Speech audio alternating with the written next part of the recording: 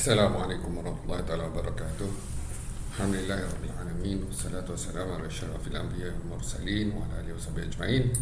Allahumma shalli ala sayyidina Muhammad bil ummi wa ala alihi washabihi ajmain. Rabbi shrah li sadri wa yassir li amri wa hlul 'uqdatam min lisani yafqahu qawli, amma ba'du. Ya ayyuhan nas ittaqullaha haqqa tuqatih wa la tamutunna illa wa antum muslimun. Syarrul umuri muhdatsatuha, kullu muhdatsatin bid'ah, kullu bid'atin dhalalah, kullu dhalalatin finnar. Assalamualaikum. Apa khabar semua? Saya Tulang Besi. Saya tertarik, saya nak menggunakan peluang ini untuk memberi pandangan saya terhadap satu perbahasan antara Ustaz Engku Ahmad Fadil dengan Ustaz Muhib, iaitu berkaitan dengan apakah pendidikan Nawawi berkaitan definisi bid'ah, ya.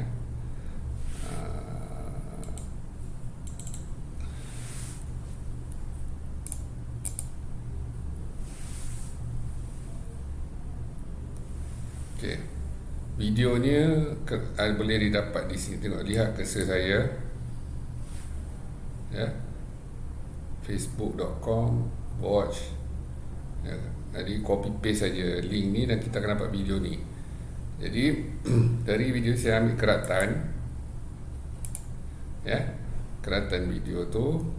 Jadi sebelum tu Ustaz Muhyiddin ni dah membaca satu keratan daripada kitab Syarah Sahih Muslim berkenaan dengan bid'ah. Nanti saya akan tunjukkan. Kemudian dijawab oleh Ustaz Engku Ahmad Fadil, ya. Kita dengar, kita sama-sama dengar. Percakapan Imam Nawawi, padahal Ustaz Muhyiddin orang Arab. Ya, patut orang Arab lebih faham bahasa Arab lagi. Sampai tergamak Ustaz Muhyiddin kata bila Imam Nawawi mengatakan ghalib maknanya semua. Cuba baca elok-elok. Bila dah khusus, mana boleh makna semua Ustaz Muhyiddin? Kalau tak ada makna, Imam Nawawi kata makhsus. Patut Imam Nawawi kata wa qauluhu sallallahu wa kullu bid'atin dhalalah hadza baqin ala umumihi. Ini am yang kekal atas umumannya. Bila Imam Nawawi kata makhsus, bermakna dia dah jadi sempit. Dia tidak makna semua. Wal muradu ghalibul bid'ah. Yang dikehendaki adalah kebanyakan bid'ah. Ghalib di situ tidak boleh bermakna semua. Siapa yang faham bahasa Arab, siapa yang jujur dengan kebenaran, mustahil dia menterjemahkan ghalibul bid'ah dalam kata-kata Imam Nawawi ini sebagai semua. Cuba tengok lagi. Hadis daripada Sahih Muslim dalam bab takhfif as-salat wal khutbah, bab memendekkan solat dan khutbah Jumaat dalam kitab Al-Jumu'ah, ya. Hadisnya kan Rasulullah sallallahu alaihi wasallam bila khatabah, panjanglah hadis dia panjang, tapi bahagian yang dirujuk ini adalah bahagian ini sabda Rasulullah SAW, wa khairul huda huda Muhammad wa syarrul umuri muhdatsatuha wa kullu bid'atin dhalalah. Maksudnya syarrul umuri muhdatsatuha, iaitu sejahat amalan atau tindakan adalah mengadakan benda-benda baru dalam agama. Sebab tu ada sini. Wa kullu bid'atin dhalalah, maksudnya bila orang yang mengadakan perkara baru dalam agama ni adalah mengadakan bid'ah. Wa kullu bid'atin dhalalah, semua bid'ah tu adalah dhalalah, sesat, ya. Itu maksud bahagian ni je. Jadi mari kita lihat. Jadi isunya sekarang adalah Ustaz Muhyiddin merujuk pada perkataan ghalib yang mengatakan semua bid'ah adalah sesat. Sebab mengikut bahasa Arab, ghalib tu maknanya dah hampir-hampir lah, hampir-hampir semua. Jadi boleh kita kata ghalib tu semua jugalah. Tapi Ustaz Ahmad Fadil kata dia tak setuju. Dia katakan masuk ghalib di sini bukan semua, tapi sebahagian besar saja, kan? Jadi siapakah yang benar, kan? Okey, mari kita lihat kalam Imam Nawawi tu. Ni saya ambil terus je kitab dia, lihat kesedaran yang saya garis kuning ni. Qauluhu kullu bid'atin dhalalah hadza makhsus wal murad qalibul bid'ah, kan? Qalibul bid'ah So maksud dia sabda Nabi SAW, kullu bid'atin dhalalah, semua bid'ah adalah sesat. Lepas tu hadza am makhsus, dia adalah kata-kata am yang ada pengkhususan. Wal murad ghalib bid'ah, dan yang dimaksudkan itu merangkumi majoritas bid'ah. Hampir-hampir semua bid'ah lah, majoritas maksud dia. Maksud dia, jadi dalam ayat ni yang jadi perbezaan tu. Ghalib di sini, ya, lihat kisah saya Ghalib di sini kalau mengikut Ustaz Muhib, iaitu seorang yang dilahirkan dalam bahasa Arab, bila sebut Ghalib di mana dah ada hampir-hampir sangat dengan semua dan boleh katakan semualah. Tapi Ustaz Engku Ahmad Fadil ni dia kata tak, bukan semua. Dia kata ada yang bid'ah yang baik, ada bid'ah yang tak baik. Jadi kena lihat, kena tonton video tu sepenuhnya, sebab penerangan Ustaz Engku Ahmad Fadil ni panjang ya. Dia ada bagi contoh dalam bab salam, lepas tu dia ada rujuk kitab Imam Nawawi yang lain berkenaan dengan definisi bid'ah. Kan, sebab kalau lihat kisah saya ni, Imam Nawawi sebut apa al-bid'ah khamsa aqsam. Bid'ah ni ada 5 aqsam, maknanya bahagian jenis ya. Wajibah, mandubah, wajib. Ada yang wajib, ada yang makruh, ada yang mandubah, ada yang haram, atau ada yang harus kan. Jadi mandubahnya sunat. Ni nampak ada 5, wajibah, mandubah, sunat, muharramah yang diharapkan, makrumah yang makruh, dan mubahah yang ni harus. Okey. Jadi Imam Nawawi ini merujuk dalam, dan yang Ustaz Engku Ahmad Fadil pun dia ada sebut, Imam Nawawi dalam kitab lain, Imam Nawawi merujuk pembagian 5 bid'ah ini merujuk kepada Syekh Izzuddin bin Abdul Salam. Syekh Izzuddin yang membahagikan kepada 5 bid'ah ya. Bid'ah kepada 5 jenis aqsam ni. Syekh Izzuddin bin Abdul Salam, dan tapi saya nak beritahu Syekh Syaitibi dalam kitab Al-Iqtisam, dia menyanggah pembahagian bid'ah kepada 5, sebab dia kata dia kena balik pada matan hadis kullu bid'atin dhalalah, maknanya dia tidak ada bid'ah yang baik, semua bid'ah jahat. Jadi tak boleh bila kita kata ada bid'ah wajibah, maksudnya kita kata ada benda jahat yang wajib dilakukan. Ada benda mandubah yang sunat, tapi ada benda, kalau kita kata ada bid'ah mandubah, bid'ah yang sunat, maka kita kata benda bid'ah tu jijik, bid'ah tu kotor. Jadi kita kata ada benda kotor yang sunat dilakukan. Jadi mengikut Syekh Asy-Syaitibi, dia tak bersetuju dengan pembahagian 5 ni. Malahan dia kata yang dimasukkan dengan bid'ah di sini ialah masalih mursalah atau istihsan. Dia bukan bid'ah, dia masalih mursalah. Itu perkara-perkara yang di luar agama tapi berkaitan dengan agama. Maknanya contohnya bawa kereta. Hukum bawa kereta ni harus ya, sebab semua orang bawa kereta. Orang Islam bawa kereta, orang kafir bawa kereta, orang munafik bawa kereta, orang fasik bawa kereta, semua orang bawa kereta. Jadi hukum dia harus.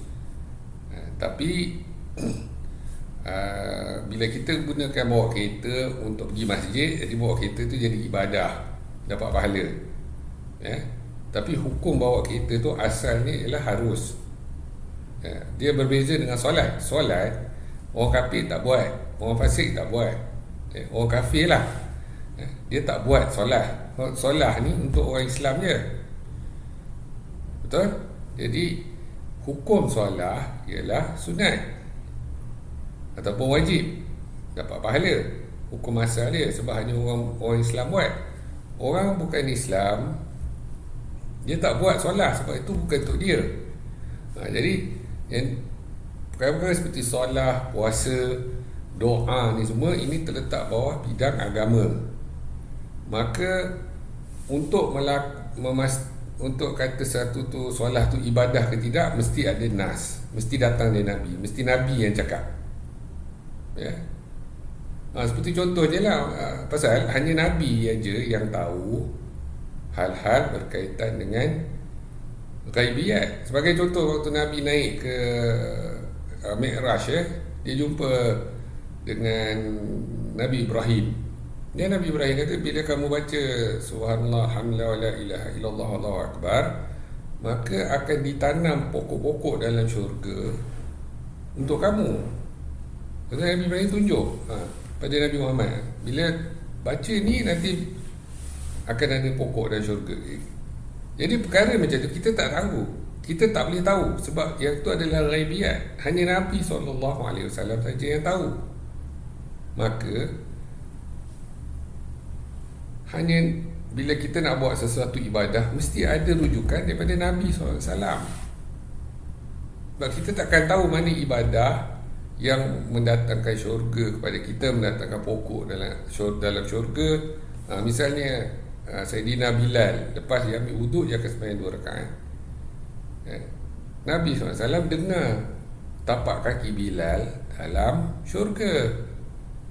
Jadi perkara-perkara macam tu kita tak tahu, kecuali Nabi tunjuk. Tapi kalau bawa kereta,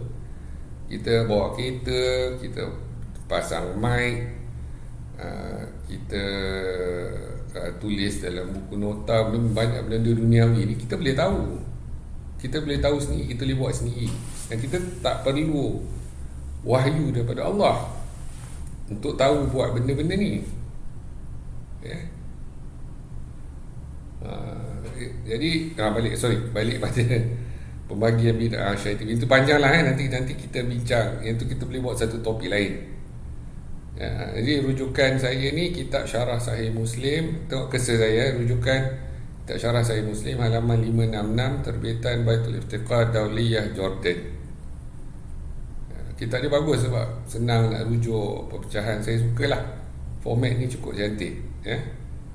Okey, apa dia contoh bid'ah? Okey, tadi Imam Nawawi dah katakan am makhsus. Maknanya dia am ni, kullu ni maknanya dia am, tapi Imam Nawawi kata kullu bid'atin dhalalah, maknanya bukan semua, ada bid'ah yang tidak sesat. Sebab kullu di sini adalah am makhsus. Am yang dikhususkan. Jadi apakah contoh perkara-perkara yang tidak dianggap bid'ah? Ini bukan sesat, bid'ah mengikut Imam Nawawi. Jadi kita ambil paragraf yang sama, kita tunjuk. Kita pergi kepada ujung paragraf, iaitu Imam Nawawi mengambil contoh, membawa contoh apakah bid'ah yang dikatakan tidak sesat tu. Bid'ah yang tidak termasuk dalam kullu tadi semua. Jadi kata wa kaza ma asbahu min al-ahadits al-waridah. Maksudnya dan begitu juga apa yang menyerupainya dari hadis-hadis yang datang. Ini bahagian ni Imam Nawawi merujuk pada 5 tadilah. Yang pecahan 5 tu contoh-contohnya. Jadi Imam Nawawi kata dia dah nampak setiap satu kategori ni ada hadis-hadis dia yang menyokong. Itu maksud dia. Kemudian dia sama wa yu'idu ma qulnahu qaulul Amr Umar Khattab fi tarawih ni'mah bid'ah ni'matul bid'ah hadhihi, kan? Dia ada tambah lagi sebenarnya hadhihi, so maksud dia. Dan apa yang kami sebutkan itu disokong oleh kata Sayyidina Umar yang mengatakan solat tarawih itu adalah nikmatul bid'ah, kan? Ini adalah nikmat al-bid'ah, itu perkara baru. Okey. Jadi kata-kata Sayyidina Umar Ibn Khattab dalam tarawih ni, Sayyidina Umar kata nikmatul bid'ah hazihi. Bila orang tanya dia, kan, sebab pada zaman Sayyidina Abu Bakar, zaman Sayyidina Umar, awal Sayyidina Umar, bila tarawih, orang akan datang ke masjid ramai-ramai, tapi semua akan sembahyang sendiri. Jadi masjid Nabi ke masjid dua kiblat di Madinah tu, Masjidil Haram, penuh dengan orang datang. Lepas orang orang datang sembahyang isyak jemaah kan. Tapi lepas sembahyang isyak tu dia orang tak balik. Dia duduk ramai-ramai tapi masing-masing sembahyang tarawih, tapi sembahyang sendiri-sendiri. Jadi zaman Sayyidina Abu Bakar pun orang buat macam tu, tapi Sayyidina Abu Bakar tak cakap apa, Sayyidina Abu Bakar diam. Tapi bila zaman Sayyidina Umar tengok, dia kata daripada kita sembahyang sendiri, marilah kita sembahyang jemaah tarawih ni. Jadi Sayyidina Umar arahkan sahabat-sahabat sembahyang tarawih berjemaah. Sebab tu kita sembahyang tarawih jemaah tiap-tiap bulan Ramadan. Sebab yang memula, bukan yang hasil daripada arahan Sayyidina Umar tu sampai sekarang, sampai tahun lepas lah kan. Tahun lepas tak lah, sebab kita di Malaysia tak boleh pergi masjid, tapi kita buat kat rumah kan. Tapi kita sembahyang jemaah tarawih kan. Jadi penyokong bid'ah ni, penyokong orang yang menyokong kononnya ada bid'atun hasanah atau bid'ah baik, dia banyak menggunakan contoh ni. Tapi betul ke contoh ni boleh digunakan? Sebab solat tarawih berjemaah ni adalah sunnah. Kerana baginda Nabi SAW dalam hadis Sahih Bukhari telah berbuat begitu, iaitu pada 3 hari. Selama 3 hari Nabi keluar pergi ke masjid dan sembahyang tarawih berjemaah pada bulan Ramadan. Tapi pada hari keempat Nabi tak keluar, Nabi balik rumah, Nabi duduk rumah. Jadi bila ditanya kepada Nabi SAW, Nabi kata, aku tak mau kalau aku terus menerus buat begitu, berjemaah di masjid tolak tarawih, maka nanti akan jatuh hukum sembahyang tarawih jemaah di masjid tu wajib. Jadi untuk mengelakkan itu, maka Nabi SAW hanya buat 3 hari saja. 3 hari tu untuk semua Ramadan yang bersama Nabi, hanya 3 hari tu saja Nabi buat. Okay. Jadi oleh kerana Nabi dah buat, berapa banyak kali kita sebut ianya bid'ah pun dia tetap sunnah. Sebab Nabi dah buat. Kalau Nabi buat, apa saja Nabi buat, apa saja ibadah yang Nabi buat, itu adalah sunnah. Lebih-lebih lagi disahihkan dalam Sahih Bukhari kan. Dalam Sahih Bukhari, maknanya sah Nabi SAW sembahyang tarawih berjemaah.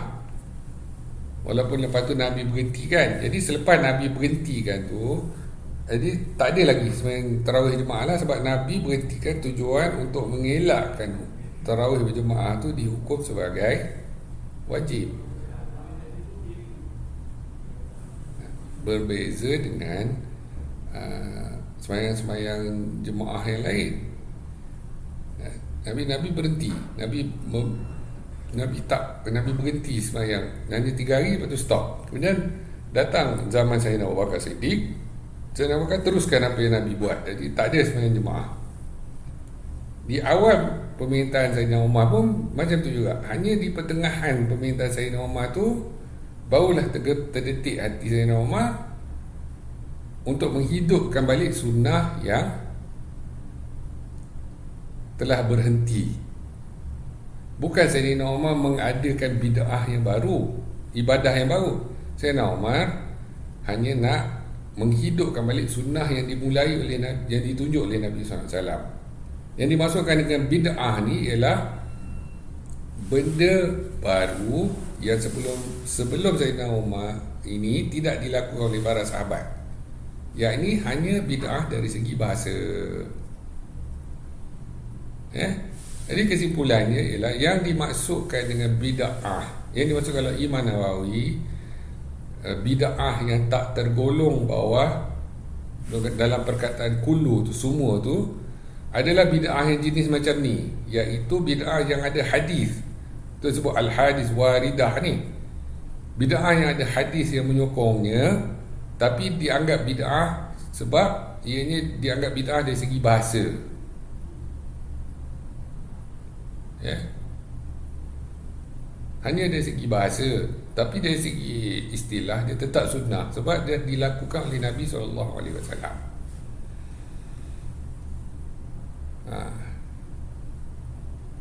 Jadi dengan kata lain, Imam Nawawi kalau ada ibadah baru dalam Islam yang tidak ada nas, tetap dihukum bid'ah yang jijik oleh Imam Nawawi sendiri. Ya.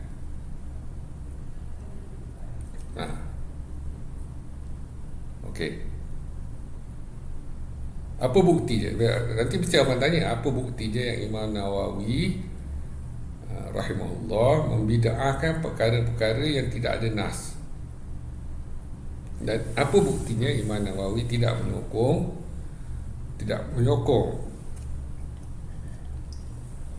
bid'ah yang baik dalam agama. Jadi oleh kerana Ustaz Al-Fadhil itu disebut kena rujuk kitab yang muktabar daripada Imam Nawawi, kitab yang masyhur kan. Jadi saya pun rujuklah kitab Majmu' Syarah Muhadzab lil Syirazi. Saya diberitahu bahawa kitab Majmu' Syarah Muhadzab ni adalah kitab yang dipelajari oleh pelajar-pelajar PhD di Al-Azhar. Sekiranya mereka nak ambil PhD dalam bidang fiqah, tapi saya tak tahulah. Ada orang boleh confirmkan. Yang ni juzuk salis, mana juzuk salisa, juzuk ketiga, ya. Ni terbitan Maktabul Irsyad Jeddah, ya, Mamlukah Arabia Saudiyah, juzuk 3, page 557 kalau tak silap saya. Bagian ni, paragraf ke-10 ni, Al-Asharah, dimula dengan Asharah. Okey, kita paragraf ini. Okey, so, saya besarkan paragraf dia. Solat ma'rufah bi salatul raqaib wa hiya 12 raka'ah tusalli baina al-maghrib wa isya lailah awal Jum'ah fi Rajab. Solat raqaib dia bermula Asyarah. Sebelum ni 1 sampai 9. Dia sebab apa disebut Asyarah ni ialah sebelum ni Imam Nawawi menghuraikan jenis-jenis solat sunat, ya. Jadi dalam tu banyaklah Imam Nawawi sebut ya, solat duha, solat ba'diyah, solat qabliyah, banyak beberapa jenis solat. Dan kebanyakan ni memang Imam Nawawi sebut banyak pahala sunat dan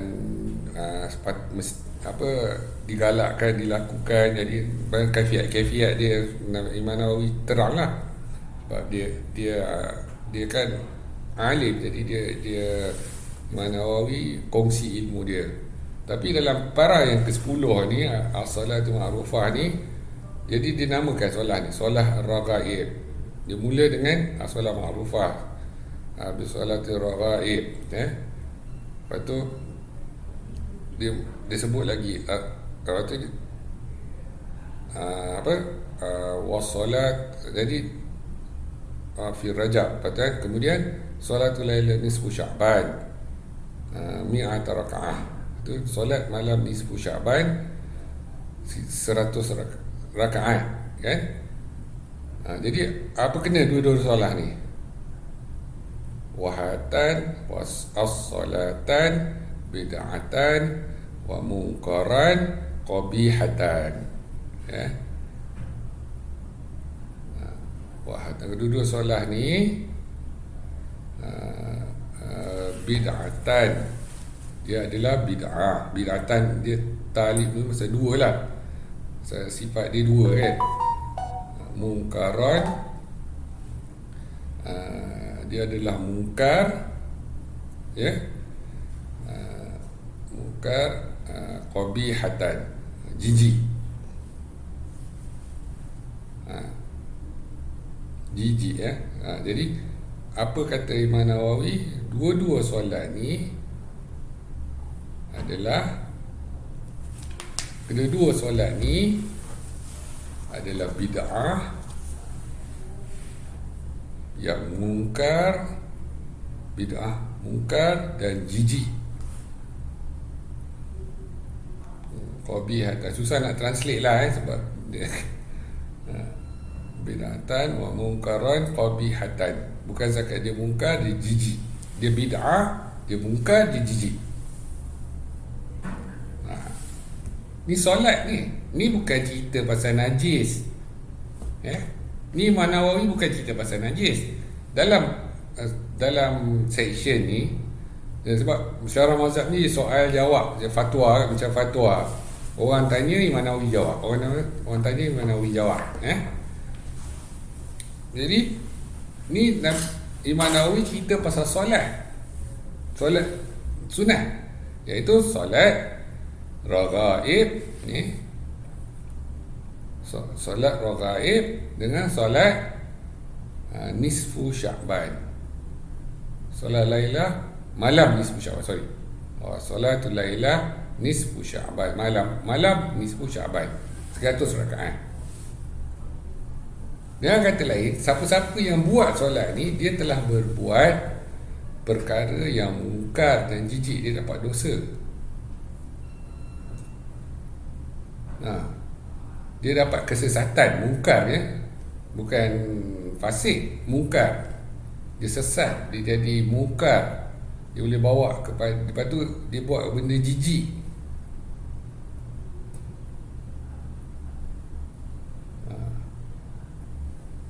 Ni solat, ni saya cerita bukan najis, bukan benda, bukannya dosa-dosa besar macam minum arak, main judi.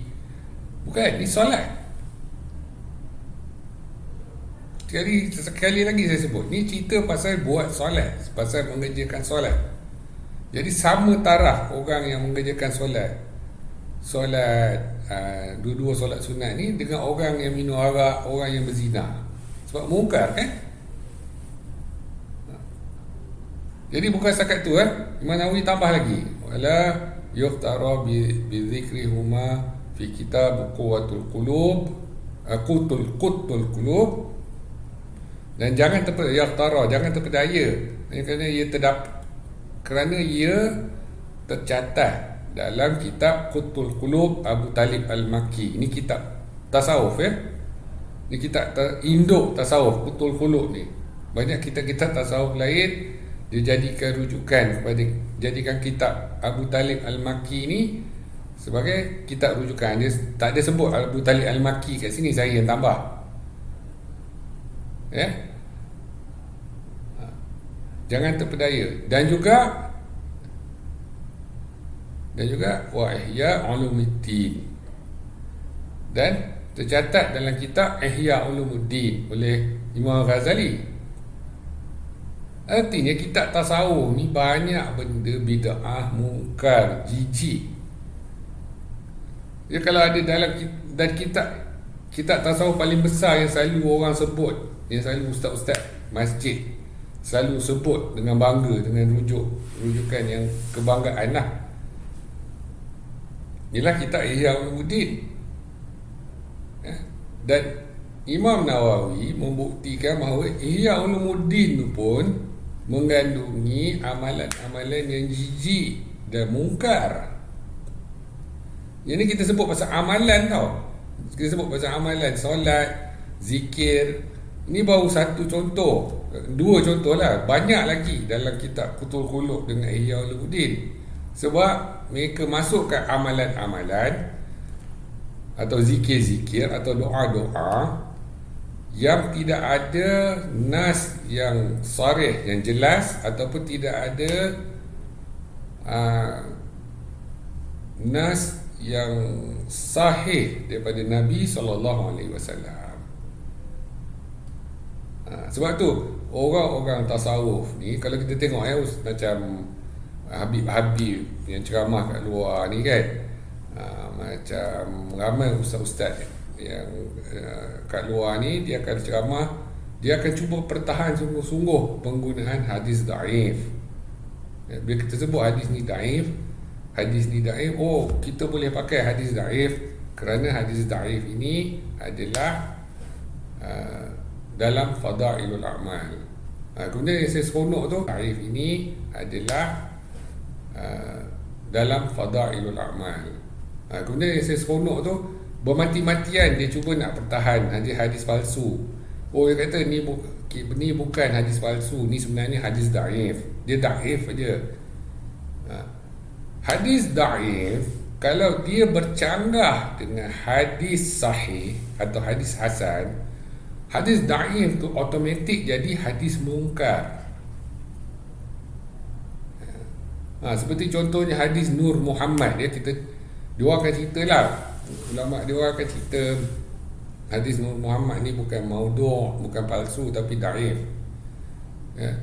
Hadis itu dia kalaupun dia daif, dia mungkar sebab dia bercanggah dengan hadis sahih yang lain, yang mana Allah SWT berkata perkara pertama yang dicipta oleh Allah SWT ialah qalam. Itu hadis Tirmizi, hasan sahih. Ada hadis lain kata perkara pertama dicipta ialah arash. Jadi kau nak buat, jadi jahatnya ustaz-ustaz ni, dia tak cerita bab hadis mungkar ni. Dia hanya sibuk cerita hadis ni daif, hadis ni daif boleh pakai, hadis ni daif boleh pakai fadailul a'mal. Fadailul a'mal itu dia mesti ada hadis sahih yang menyokongnya. Fadailul a'mal mana dia bukan boleh diamal. Hadis daif ni dia sekadar bila sebut fadailul a'mal ni sekadar nak buat kita rasa seronok untuk buat amal ibadah. Tapi amal ibadah tu awal-awal dah ada hadis sahih yang menyokongnya. Jadi ustaz-ustaz ni dia tak cerita tau bab hadis mungkar ni. Dan banyak ada hadis daif ni, hadis palsu, hadis daif yang dalam kitab-kitab tasawuf terutamanya banyak bercanggah dengan hadis-hadis sahih. Satu. Yang keduanya, hadis daif nak buat apa amal? Sebab hadis sahih dengan hasan ni terlampau banyak yang kita tak larat nak amal pun. Misalnya contoh, saya baru jumpa hadis sahih dalam sahih Muslim. Malunya saya, bila kita masuk rumah, kita balik rumah, bila kita masuk rumah, kita kena baca a'udzu bikalimatillahi tammati min syarri ma khalaq. Bila kita baca a'udzu bikalimatillah ini, maka selama kita ada dalam rumah, kita akan terjaga dari keburukan yang turun dari langit dan keluar dari bumi. Ni hadis sahih dalam sahih Muslim. Yang ni pun kita tak buat. Yang kita sibuk nak buat hadis, nak amalkan hadis-hadis daif, hadis-hadis palsu ni. Kenapa? Hadis sahih ni banyak yang kita tak. Dan doa yang Nabi ajar pada Sayyidina Abu Bakar, doa yang setiap sahabat tu ada doa-doa khas. Punya banyak hadis sahih ni yang kita tak amal lagi ni. Banyak. Masa 50, kalau hayat kita 80 tahun tak cukup nak amal semua hadis daif, hadis sahih. Punya banyak Nabi ajar, yang tu kita tak buat. Yang kita sibuk, yang ustaz-ustaz ni pun sibuk nak cerita pasal hadis daif lah, boleh pakai hadis. Kan senang kalau cakap, jom kita ramai-ramai ambil hadis sahih. Itu yang saya baca tadi, a'udzu bikalimatillahi tammati, itulah pendinding. Jin tak boleh kacau kita, makhluk halus apa jadah semua tak boleh kacau kita. Kita dah dijanjikan. Lagi satu hadis sahih, bila kita nak tidur, kita baca hadis ni dalam Sahih Bukhari. Kita baca ayat kursi. Bila sebelum kita tidur, kita baca ayat kursi. Nanti Allah turunkan seorang malaikat duduk sebelah kita, jaga kita. Jin tak boleh masuk, sihir tak boleh masuk, apa saja makhluk lah tak boleh masuk. Itu hadis sahih. Ya Rabbi, banyaknya hadis sahih kita tak amal ya. Hadis sahih ni mana sah Nabi sebut. Hadis daif mana tak sah Nabi sebut. Hadis maudhu' mana confirm Nabi tak sebut, tapi orang kata Nabi sebut. Jadi kita ambil yang hadis yang sah Nabi sebut lah. Tengok lagi apa sebab Imam Nawawi kata Dan kitab Ihya Ulumuddin, Qutub, kitab tasawuf ni buanglah. Janganlah tertipu mudah-mudahan. Orang sufi cerita-cerita pasal wali-wali ni, bila dengar karamat-karamat wali ni kita dengar, stop dulu, jangan percaya. Sebab tasawuf ni banyak sangat bohong dia. Kalau dalam kitab Qutul Qulub, yang kitab Ihya Ulumuddin ni pun ada bohong, maka kitab-kitab tu lain, kitab hikam lah, apalah, lagi teruk bohong dia. Kata apa lagi Imam Nawawi kata, wala bil hadis mazkur fihi ma fa in kullu dhalika batil. Dan hadis-hadis, semua hadis-hadis bil hadis yang sebut pasal mazkur ni, mana yang sebut pasal dua ni lah, solat raghaib dengan nisfu Syaban, semua hadis-hadis ni batil, maknanya dia palsu, dia tolak, betul tak? Jadi tak sah, tak ada pokoknya amalan ni, solat dua ni, dia amalan dua solat ni, bila kita buat, kita melakukan perkara mungkar dan perkara jijik. Sebab solat ni Nabi tak ajar. Senang je, Nabi tak pernah suruh buat solat nisfu Syaban 100 rakaat, malam nisfu Syaban 100 rakaat. Nabi tak pernah suruh buat solat raghaib. Tapi malam nisfu Syaban memang para salafus salih kuat, dia lebih amal ibadah dia berbanding malam-malam lain. Tapi amal ibadah yang dilebihkan pada malam nisfu Syaban tu semua amal ibadah yang ada nas. Saya ada terbaca ada dalam website, dalam Facebook, Negeri Sembilan,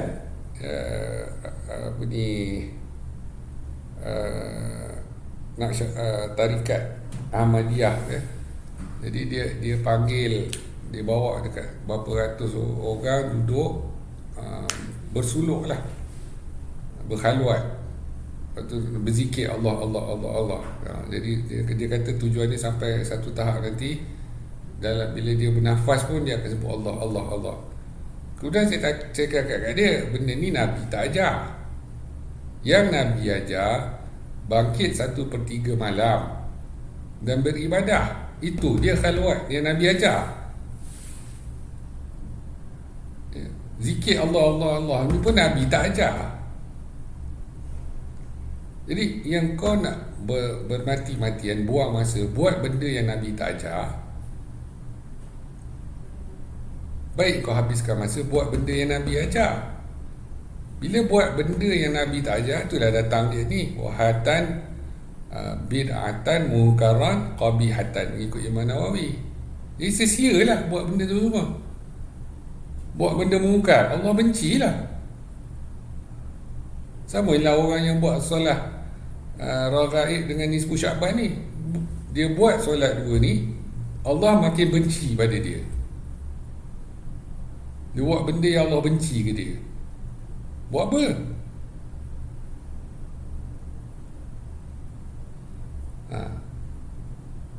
Lepas tu soalan balik, kalau betul dalam Islam ni ada bid'ah hasanah, kenapa Imam Nawawi tak hukum dua-dua solat ni sebagai bid'ah hasanah?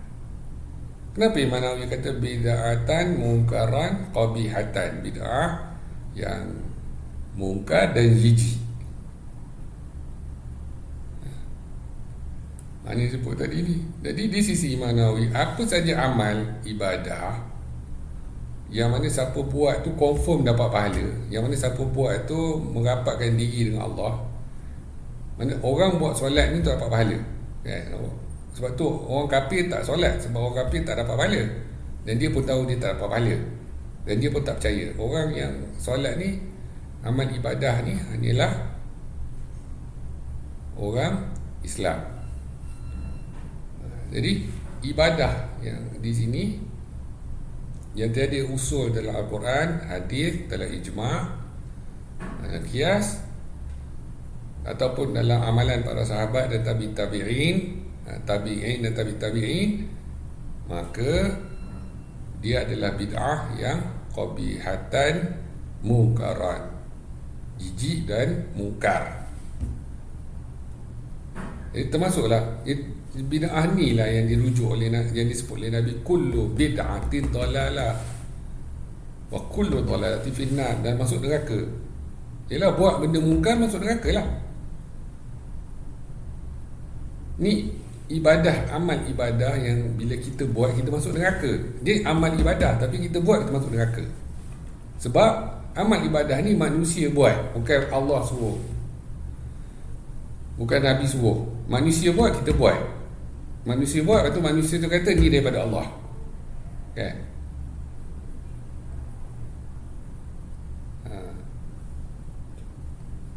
Jadi ayat Quran dia ialah ni, fawailul lil ladzina yaktubuna kitaba bi aydihim thumma yaqulun hadza min indillah liyashtaru bi samanan qalila.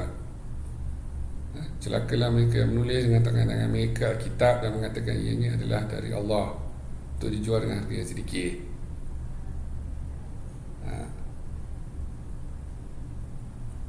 Ini daripada hadza min indillah. Orang yang buat, orang yang membuat solat raghaib, solat nisfu Syaban ni, dia tulis untuk buatlah solat raghaib nisfu Syaban. Sebab lepas tu dia tulis hadis tu kan. Dia orang ni, dia tulis benda-benda ngarut, lepas tu dia kata ni daripada Allah. Sebab kalau dia kata bid'ah, kalau awal-awal dia kata, oh saya yang suruh buat solat nisfu Syaban 100 rakaat, ni daripada saya, tak ada siapa akan buat. Tapi dia akan cakap, solat ni Nabi yang suruh, Nabi sebut, suruh buat. Jadi orang akan buatlah sebab orang nak dengar cakap Nabi, orang tak nak dengar cakap orang manusia biasa. Jadi orang yang menulis dengan tangan mereka ni, kemudian dia dakwa je daripada Allah, Allah kata celakalah. Ni hadis Nabi. Jadi orang-orang ni dia kena ingat, Nabi SAW berkata, ini hadis sahih Muslim ya, inna kadhiba alayya laisa kakadzib ala ahadin.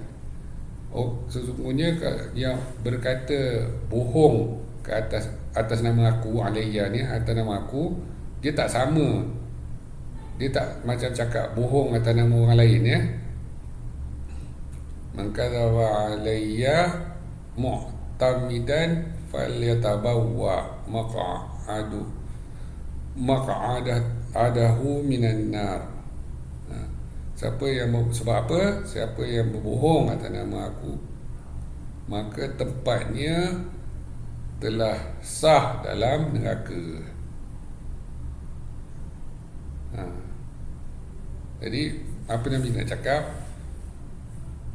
Kalau berbohong atas nama Nabi tak sama dengan kalau kita berbohong atas nama orang lain. Misalnya kalau kita kata Ahmad, kawan kita Ahmad, kita beritahu pada Ali, oh Ahmad itu dia cakap macam ni, dan kita bohong, kita mungkin dapat dosa, itu dosa. Tapi kalau kita cakap Rasulullah SAW kata suruh buat solat raghaib 12 rakaat, jadi bila kita cakap macam tu, dia bukan setakat dapat dosa, tapi kita dah sahkan tempat kita falyatabawwa minan nar, dalam neraka.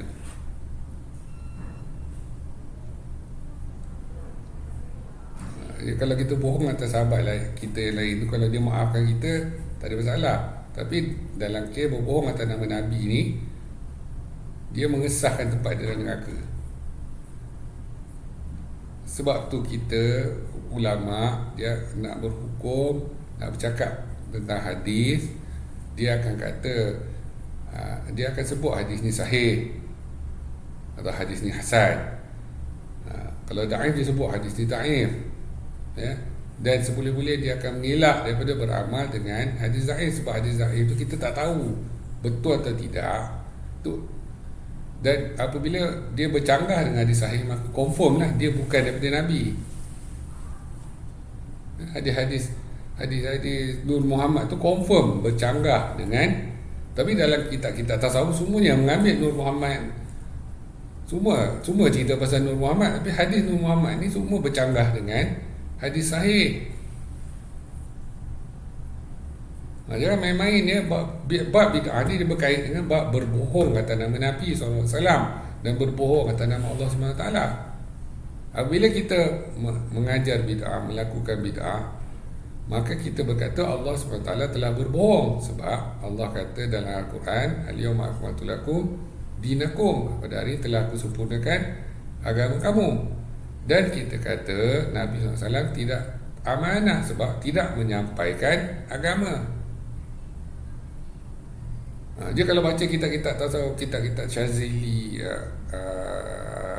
Syazili, kitab-kitab tasawuf ni banyak dia sebut, syekh-syekh tarikat ni akan sebut dia tidur, dia jumpa Nabi. Ada kalau dalam ceramah-ceramah Habib tu dia kata dia pergi ke Madinah, pergi ke kubur Nabi, Nabi keluar salam, salam, nak salam dengan dia. Itu bukan Nabi. Yang dia jumpa dalam mimpi itu bukan Nabi. Yang dia jumpa dalam mimpi itu adalah Iblis. Nabi SAW tidak akan memperkenalkan syariat baru, doa baru tak ada. Okey, lepas tu lagi apa lagi contoh bid'ah mungkar mengikut Imam Nawawi? Imam Nawawi mengharamkan beramal dan belajar ilmu mantik dan ilmu kalam. Sedangkan di Al-Azhar sekarang ni ilmu mantik, boleh kata semua tempat lah, ilmu mantik dia dekat asas, usul, jadi usuluddin, asas kepada ilmu mantik, dan usul fiqh pun guna ilmu mantik. Sedangkan ilmu ni berasal dari falsafah Greek.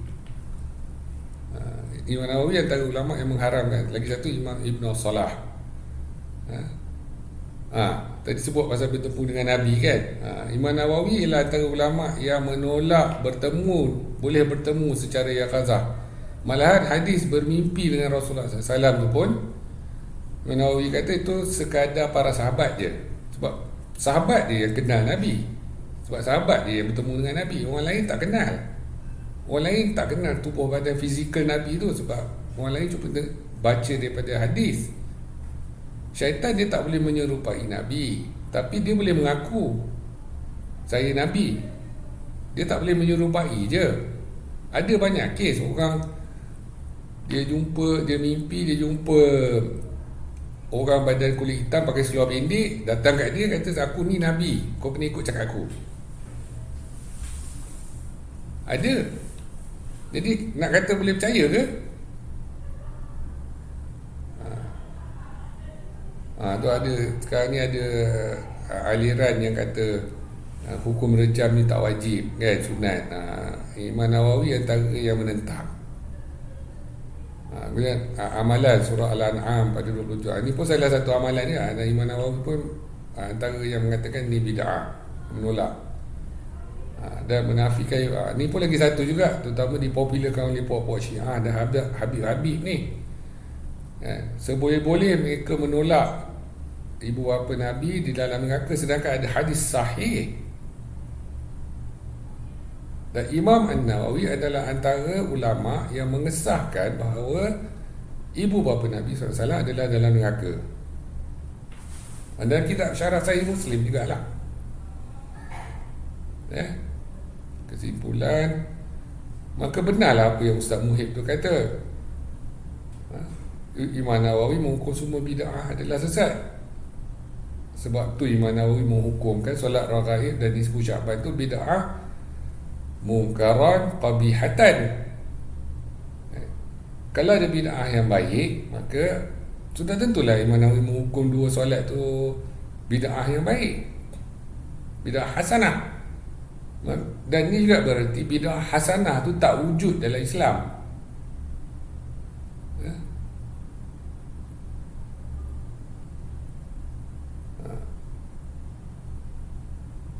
Dan penting nak panggil lah siapa pun, ulama mana pun, Imam Ghazali ke, Abu Talib Al-Maki ke, Al-Harith Al-Muhasabi ke, Abu Hasan Al-Asy'ari ke, kan, Al-Baijuri ke, kalau mereka nak kata amal ibadah ajaran mereka tu sebahagian daripada Islam, bawa nas. Mana kalam Nabi? Mana dia daripada Nabi? Mana daripada Al-Quran yang sebut? Kalau tak ada nas, sorry, kita tolak. Walaupun awak ulama besar. Sebab saya tak mau masuk neraka.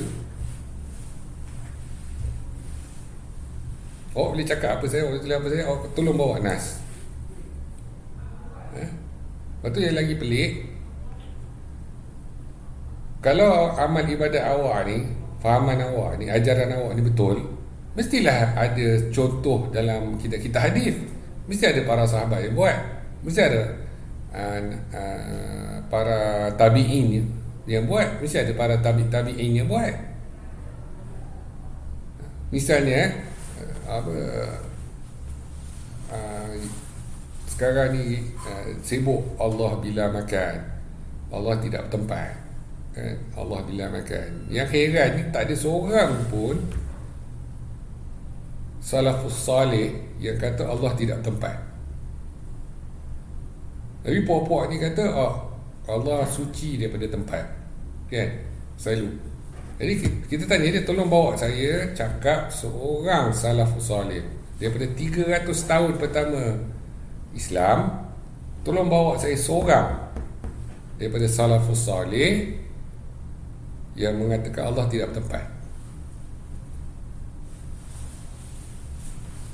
Bawa riwayat yang sahih lah. Riwayat daif tu banyak lah, riwayat palsu tu lagi banyak lah, kan? Jadi dia orang bawa lah riwayat. Dalam bawa tengok sumber dia orang kitab Syiah, ataupun dia bawa riwayat tengok sumber dia orang hadis palsu. Jadi perkara agama dia kena ada nas, dia kena ada sanad, dia kena ada rujukan. Dia tak boleh orang tu cakap terus jadi. Itu bukan agama namanya. Kalau tidak, kita akan berpecah lah. Kalau kita tengok agama Kristian, kalau tengok di Amerika tu, walaupun sama ada Katolik ataupun Protestan, dia berpecah. Ada beratus ribu denomination mazhab, dan dia berpecah tu sebab apa? Yang Methodist faham kenal Tuhan cara macam ni, yang Presbyterian kenal Tuhan macam ni, yang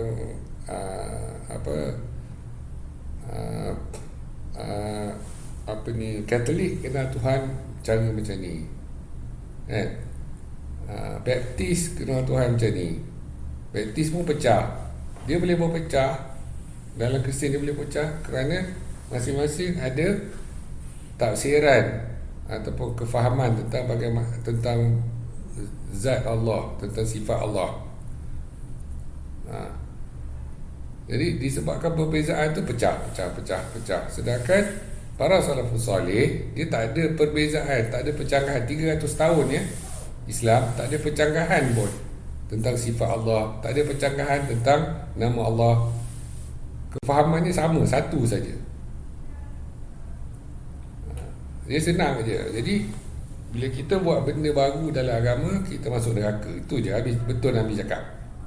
Tak payahlah nak pertahan tu, nak kata ada bid'ah hasanah lah. Buang masa je. Dan tak payahlah nak pertahan hadis sahih, hadis daif, boleh buat fadailul a'mal lah. Tu semua hadis sahih ni berlambar, kita tak buat lagi.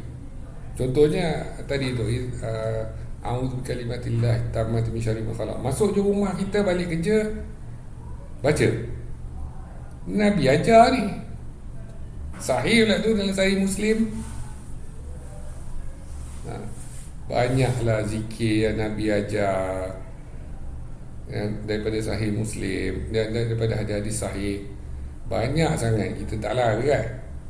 Kita sibuk nak amalkan hadis daif. Lepas tu ada hadis sahih pun nak pergi takwil. Nabi dah cakap ibu bapa dalam neraka. Oh tak, kita lagi pandai daripada Nabi. Macam tu.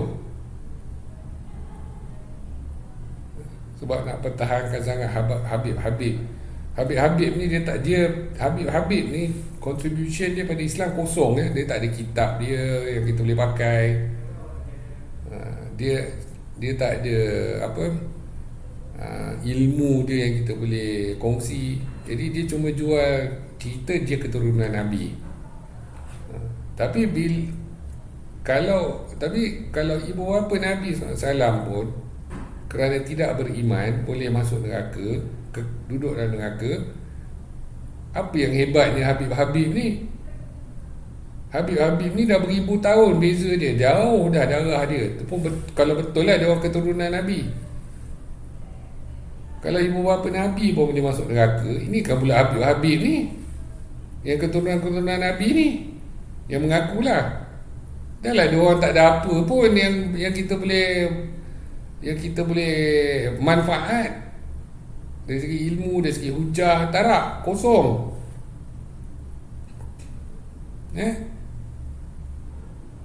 Jadi dia terpaksa jual. Dia nak kata dia hebat, dia jual lah. Dia keturunan Nabi, dia keturunan Nabi kan. Itu je lah yang dia boleh jual. Jadi orang jahil percayalah. Tapi orang yang mengaji, yang tahu, kalau ibu bapa Nabi pun tak beriman, kalau anak Nabi Nuh pun masuk neraka, bapa Nabi Ibrahim pun masuk neraka sebab tak beriman, apa halnya Habib ni? Lagilah tak pandang pun. Ni bapa darah Nabi Ibrahim, darah Nabi Muhammad SAW pun dalam neraka. Nanti kita cerita kemudian. Wallahu a'lam. Assalamualaikum warahmatullahi wabarakatuh.